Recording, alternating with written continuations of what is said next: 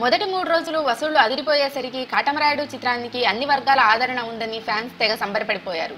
మీడియాలో ఈ చిత్రానికి బ్యాడ్ రివ్యూస్ రాసిన వాళ్లను తిట్టిపోశారు. పవన్ పవర్ ఏమిటో తెలియక తప్పుడు రివ్యూలు ఇచ్చారంటూ వీడియో బ్లాగులు చేసి మరీ దుమ్మెత్తిపోశారు.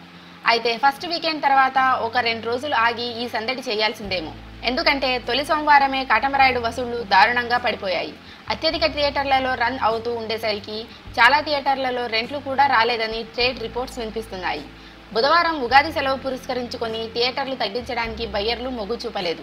సోమవారం ఎఫెక్ట్ మంగళవారం కూడా కొనసాగే సూచనలే ఉన్నాయి.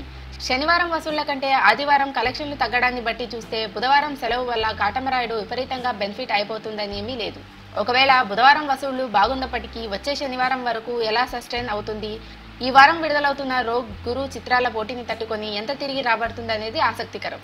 మొదటి 3 రోజుల్లో సగం పెట్టుబడి రాబట్టినా మిగతా సగం తెచ్చుకోవడం అంత సులువు కాదని ట్రేడ్ వర్గాలు అంటున్నాయి.